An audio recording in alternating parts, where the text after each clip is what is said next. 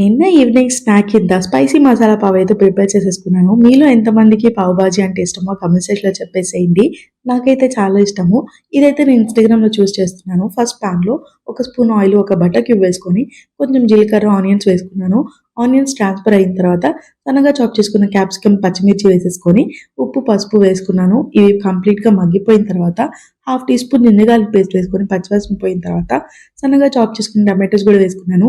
Tomatoes పూర్తిగా మగ్గిపోయిన తర్వాత సరిపడా కారం, కాశ్మీరీ కారం, కొంచెం ధనియాల పొడి, ఉంటే పావు బాజీ మసాలా కూడా వేసేసుకొని మొత్తం ఒకసారి కలిపేసుకొని ఒక 2 టేబుల్ స్పూన్ వాటర్ వేసుకున్నాను.